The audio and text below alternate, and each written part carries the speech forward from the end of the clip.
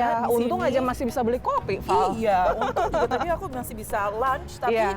nggak boleh makan di dalam restoran. Kamu juga Harus nggak di boleh luar, minum ini juga kopinya harus di dalam diambil. kafe. Iya. Halo pemirsa, apa kabar? Anda menyaksikan acara Mingguan Dunia Kita Produksi VOA. Saya Aryatna Budianto. Dan saya Valdia Baraputri. Iya, dan kali Sekarang ini kami sedang berada di sebuah pertokoan ya. Ya, namanya Pike and Rose di negara bagian Maryland. Nah, negara bagian Maryland ini yang pertama kali Iya. mendapati pasien yang terkena virus corona di Betul. area DC dan sekitarnya. Gubernur negara bagian Maryland memberlakukan sebuah restriksi Gitu ya. atau pencegahan, yaitu restoran, bioskop, gym, dan Ya, juga bar bar. itu dilarang dibuka. Ya. Boleh dibuka, tapi orang hanya boleh mengambil pesanan mereka atau delivery. Ya, dan toko-toko tapi banyak yang memilih juga untuk ya udah tutup saja Tutup begitu. aja, iya, demi keamanan bersama. Ini sebetulnya saya dan Valdia katanya jaraknya terlalu Ini dekat ya. harusnya 1 meter ya. Iya, social Atau distancing. lebih dari 1 meter, Lebih, 2 meter. betul. Wah, lebih 6 jauh lagi. feet. Wah, nanti nggak cukup layarnya pemirsa. Nah, dari sini kami akan mengantarkan berbagai liputan mengenai bagaimana cara pemerintah negara bagian dan juga lokal untuk menyikapi pandemi ini. Nah, yang paling mengkhawatirkan adalah orang-orang yang mungkin tidak punya sarana Betul. untuk menjaga kebersihan mereka masing-masing, seperti para tunawisma. Betul. Nah, bagaimana caranya untuk melindungi mereka yang Ya. paling vulnerable atau mereka yang Paling paling membutuhkan bantuan. bantuan? Ini dia ceritanya. Dalam seminggu, jumlah kasus pasien positif virus corona di Amerika Serikat melonjak 2 kali lipat. Bahkan wabah ini telah mencapai daerah khusus ibu kota Washington DC dan sekitarnya. Petugas khawatir biaya yang mahal akan jadi kendala bagi sedikitnya 11.000 orang berpenghasilan rendah di daerah Arlington sebelah selatan Washington DC. Arlington Free Clinic sedang mengusahakan kerjasama dengan otoritas kesehatan setempat untuk mendirikan pusat pengujian di luar klinik dan rumah sakit. Ability to do testing away from the hospital with a primary focus on people who are hard to reach, hard to serve, and are low income and may be afraid to access the health system. Homeless individuals, people that go to the day labor centers. Sedikitnya 10% dari pasien positif virus corona butuh perawatan rumah sakit. Namun rumah sakit belum menjanjikan penghapusan atau pengurangan biaya kepada warga kurang mampu yang masuk kategori penerima tunjangan. Tunawisma adalah kelompok yang paling rentan terhadap wabah virus corona. Selain tidak punya tempat untuk mengarantina diri, tak jarang mereka juga mengidap penyakit paru-paru kronis. Ann Street Village, sebuah LSM lokal Washington DC yang berfokus pada tunawisma perempuan, bekerja sama dengan petugas kesehatan setempat menyusun protokol untuk memonitor gejala dan pengisolasian. If they were showing symptoms, we would refer them to see one of the doctors or nurses directly on site. That person could then make a recommendation about whether they thought they needed to go somewhere. Menurut Stripling, ketidaktersediaannya asuransi seharusnya tidak menghambat mereka mendapat perawatan kesehatan karena mereka ditanggung pemerintah lewat tunjangan kesehatan Amerika Serikat seperti Medicaid atau Medicare. Indeks Global Health Security yang diterbitkan Oktober lalu oleh Pusat Keamanan Kesehatan di Johns Hopkins menunjukkan negara dengan sistem tunjangan kesehatan yang lemah jauh lebih tidak siap dalam menghadapi wabah. But in Africa country, maybe it takes them like 1 hour to visit the clinics. We want to pay attention to them. If they cannot come, maybe we should take like outreach method to provide treatment for them. Biaya pengujian virus corona berkisar antara 35 hingga 50 dolar Amerika atau sekitar 500 hingga 750 ribu rupiah, yang sampai saat ini masih ditanggung oleh pemerintah Amerika Serikat. Namun ada banyak biaya tambahan seperti pengujian darah atau gejala lainnya yang bisa mencapai ribuan dolar. Dan ini jadi biaya tambahan yang tak terduga bagi mereka yang ingin melakukan pengujian virus corona. Dari Washington DC, VOA. Banyak juga kebijakan dalam situasi seperti ini yang membuat pusing para pekerja. Iya, karena mereka takutnya tidak digaji selama mereka tidak masuk. Jadi di Amerika Serikat itu tidak semuanya menerapkan kebijakan untuk memberikan cuti sakit yang berbayar kepada para pegawainya. Padahal kan ini negara yang sangat maju. Betul, dan ini juga dalam keadaan darurat ya, dalam Iya. keadaan emergency ya. Iya. Tapi ini yang dialami oleh banyak pekerja terutama yang ada di industri restoran ya atau sektor jasa yang berhubungan dengan banyak orang, tapi mereka mengandalkan digaji ketika mereka bekerja. Ellie Gotay adalah manajer bagian minuman di Busboys and Poets, restoran sekaligus toko buku di Washington DC. Bulan Februari lalu, ia kena flu. And I was out for like several days because my doctor was like, you're gonna get everybody sick if you go back to work. Apalagi di masa wabah virus corona seperti sekarang. Okay. Setelah sekian lama bekerja di industri restoran, baru di Busboys and Poets lah, Ellie tidak ragu mengambil cuti sakit atau takut kehilangan upah. When the option is putting food on the table or staying home sick, you know, a lot of people, they're gonna always opt to put food on the table. Busboys and Poets dimiliki imigran Irak, Andy Shalal. I worked as a waiter. I worked as a cook. I've done all these things. For me, it was a no-brainer.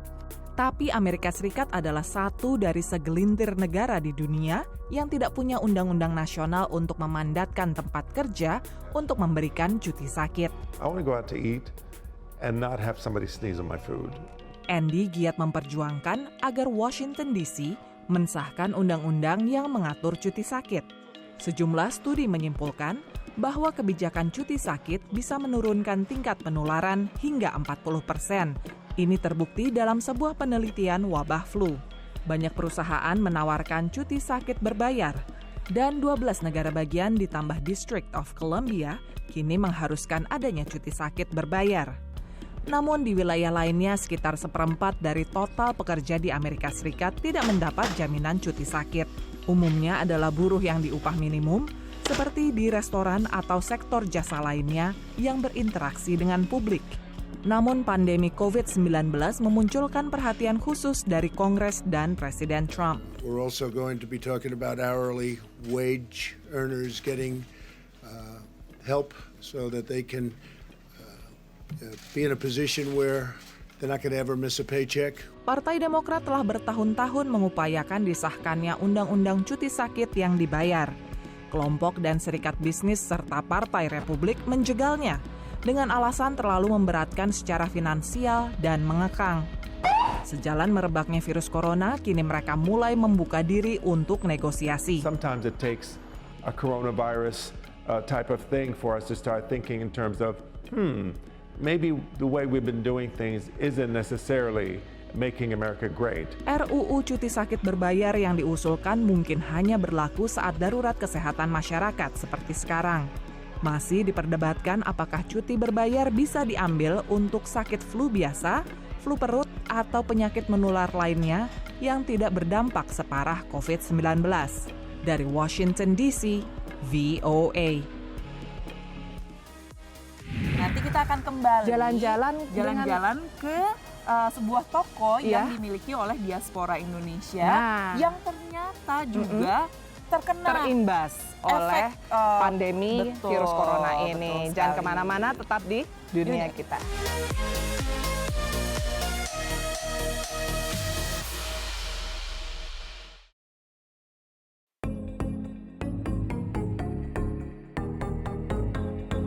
Ini toko ya. Indonesia. Tuh. Nah, sekarang kita sudah sampai ke toko Indonesia. Tempat Saat-saat seperti ini Iya. juga butuh supply makanan-makanan yang comfort food yang Betul. mengingatkan kita akan rumah. apalagi kalau nggak salah di sini katanya ada dijual rempah-rempah untuk jamu. Nah, kalau di Indonesia kan mungkin lagi populer ya sekarang orang-orang pada mencari apa ya cara untuk Cara herbal. ya membangun imunitas Iya, ya betul dengan cara yang sekali. alamiah termasuk Iya. dengan jamu. Nah, kita sekarang mau lihat dulu di dalam ini ada apa. Boleh? Heeh. Yaudah, yuk kita lihat dulu aja Yuk. yuk.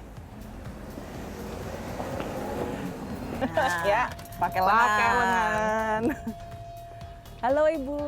Halo.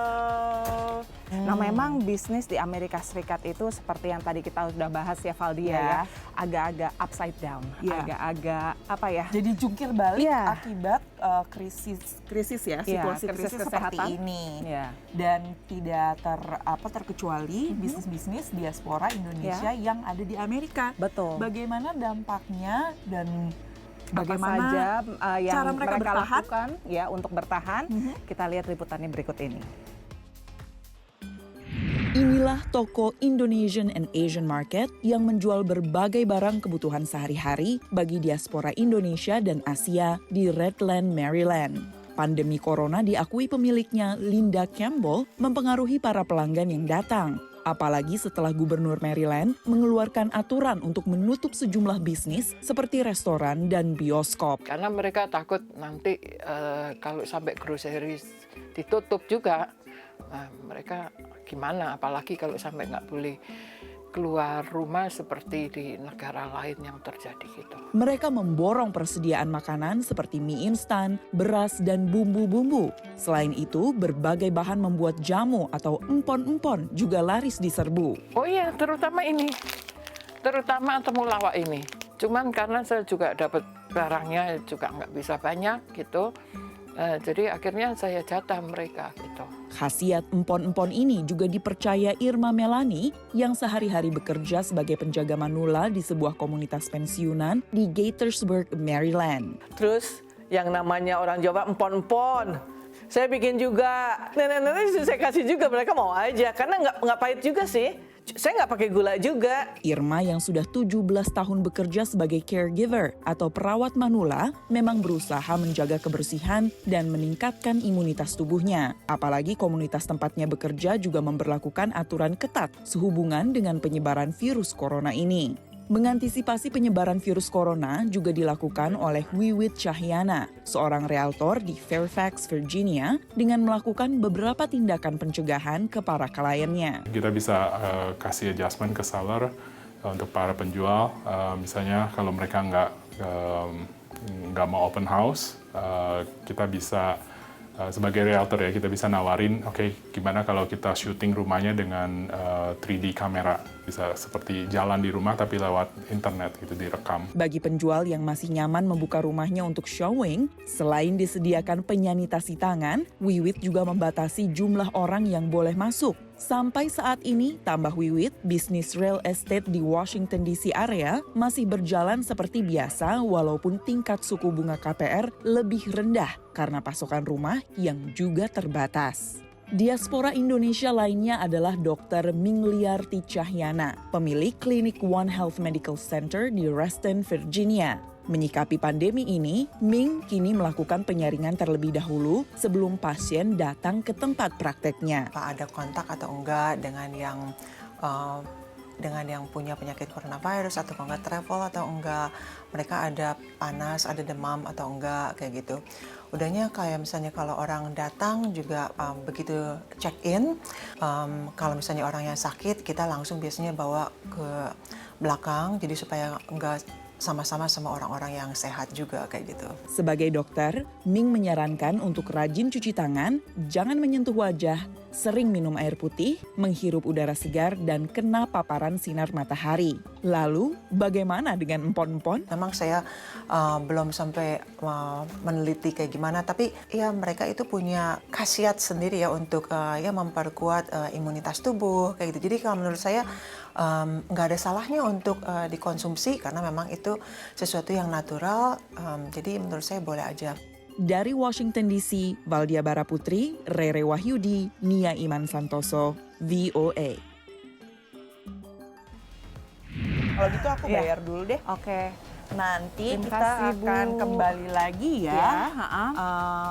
Tidak dari sini, betul, tapi dari tempat lain karena kami juga ingin memberitakan berita-berita yang baik ya di tengah kekhawatiran dan kecemasan sesuatu yang seperti bisa ini. membuat kita merasa lebih optimis dan positif. Betul. Gitu ya. Ya, tapi jangan kemana-mana pemirsa. Sekarang istirahat lagi, tetap di Dunia Kita.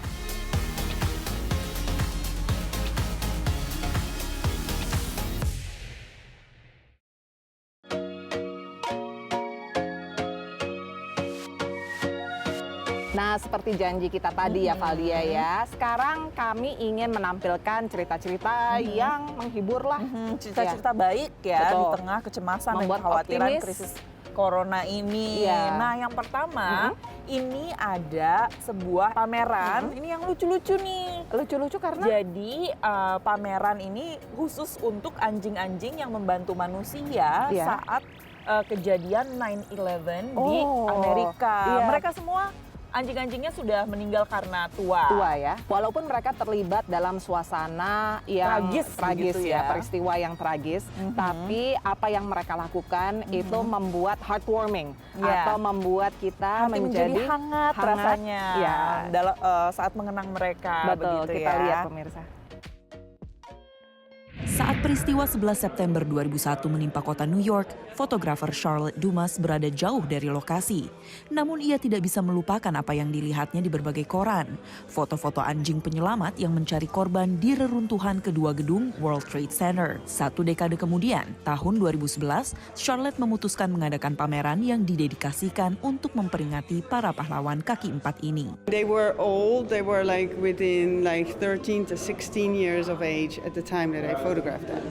Charlotte menggabungkan potret yang diambilnya dengan foto saat anjing tersebut sedang bekerja di World Trade Center. Ini sebuah peringatan sekaligus penghormatan terhadap keberanian sekitar 300 anjing penolong di unit K9. Cynthia Otto adalah salah satu dokter hewan yang bekerja di Satuan Pertolongan Pertama Federal. Tugasnya memonitor beban kerja anjing-anjing, memastikan mereka cukup istirahat di antara tugas.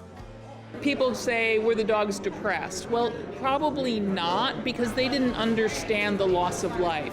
But what they did understand is that they were trained to find live people that were lost in a collapse, and they weren't finding live people. So they were frustrated. They were not getting the reward. We worked very hard to keep the dogs from having problems and from being sort of burnt out on the work, and they continued to work. We would set up different scenarios so that they could actually find somebody successfully.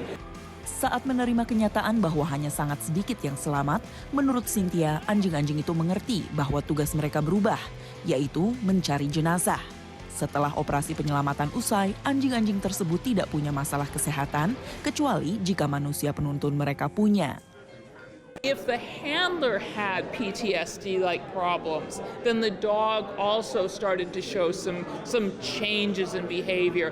Banyak petugas unit K9 datang ke pembukaan pameran bersama anjing-anjing mereka. Jelas terlihat ikatan di antara mereka. Anjing-anjing ini tinggal bersama penuntunnya seumur hidup dan menjadi bagian keluarga. The only thing I remember about K9 prior to 9/11 was it was a lot smaller. Unfortunately, we didn't have as many. You didn't need as many back then, and you didn't see them as much. Masing-masing foto punya kisah berbeda, tapi semua bercerita tentang dedikasi. Mata anjing-anjing ini harus selalu dibasuh karena debu tebal tak kunjung berhenti, telapak kaki tergores-gores pecahan kaca atau potongan logam. Hanya ada satu anjing yang mati dalam tugas, seekor anjing Labrador bernama Sirius yang diabadikan sebagai taman bermain anjing tak jauh dari Ground Zero. Kini semua anjing yang bertugas saat 11 September sudah tiada, mati karena tua. Namun kenangan mereka akan tetap hidup dalam foto-foto ini dan dalam hati ribuan orang. Dari kota New York, VOA. Lucu ya, ada seperti rumah-rumah pantai yang warna-warni. Kalau misalnya lagi suasananya prihatin seperti sekarang ini. Ini cukup menghibur. Cukup menghibur lah. Nah kalau tadi tuh kan ceritanya yang menghangatkan hati ya, Ana ya. Ini ada yang membangkitkan optimisme. Membangkitkan semangat. Ya, karena ini merupakan sebuah pencapaian. Ya, terobosan manusia membuat sarung tangan yang bisa mengendalikan apa itu namanya tuh? Iya, drone. Orang-orang yang bertugas misalnya sebagai astronot dan lain sebagainya ya.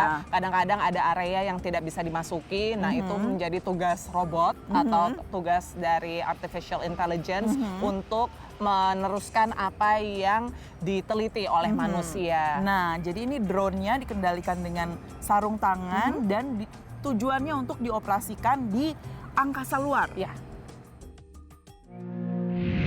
The concept continues to blow my mind. It really will enable astronauts to explore. Dr. Pascal Lee pergi ke ujung bumi untuk menguji peralatan bagi NASA. We want astronauts to go to Mars, be effective explorers, to pick up rocks, to examine fossils potentially, to look for life. All these things require dexterity. When it's pressurized, the spacesuit becomes rigid. Astronauts have a very hard time moving anything. The fingers are difficult to move. Dalam sebuah konferensi di Norwegia, Pascal kebetulan bertemu beberapa mahasiswa teknik yang membawa solusi memungkinkan. The guy was just wearing a glove, waving his hands literally, flying this very complex piece of equipment, this drone, very precisely. It didn't take rocket science to figure out that this had rocket science applications. Pascal invited us to join the NASA Hot Mars project for the summer, which was incredible. To do our field testing, we go to Devon Island in the Arctic. We call Devon Island Mars on Earth. This glove is a first attempt to create an interface that allows the astronaut with very subtle finger motions to have these motions translated wirelessly into commands for a robotic system. Keberhasilan ini membuat lebih banyak kolaborasi dengan para mahasiswa yang membentuk perusahaan bernama Intention. This year we're going to test operation of other activities such as control of an ATV. Hello. Sarung tangan pintar bisa melakukan banyak hal, tapi tidak bisa memperingatkan bila ada beruang kutub yang mendekat. Untuk itu, mereka menggunakan anjing penjaga bernama Apollo. Dari Mountain View, California, tim VOA. Nah pemirsa, sudah setengah jam kami menemani Anda dalam dunia kita. Jangan lupa Anda masih bisa melihat dunia kita di website www.voaindonesia.com dan juga di YouTube. Jangan lupa untuk subscribe di channel VOA Indonesia. Kunjungi juga Facebook kami di Dunia Kita dan juga Instagram VOA Indonesia. Ya, dan juga di Twitter ya, VOA Indonesia. Dari kawasan Pike and Rose di negara bagian Maryland, saya Aryatna Budianto. Dan saya Valdia Baraputri. Undur diri dulu pemirsa, sampai ketemu lagi minggu depan. Kita jalan-jalan lagi ya. Jangan jalan-jalan, stay di rumah. Oh iya.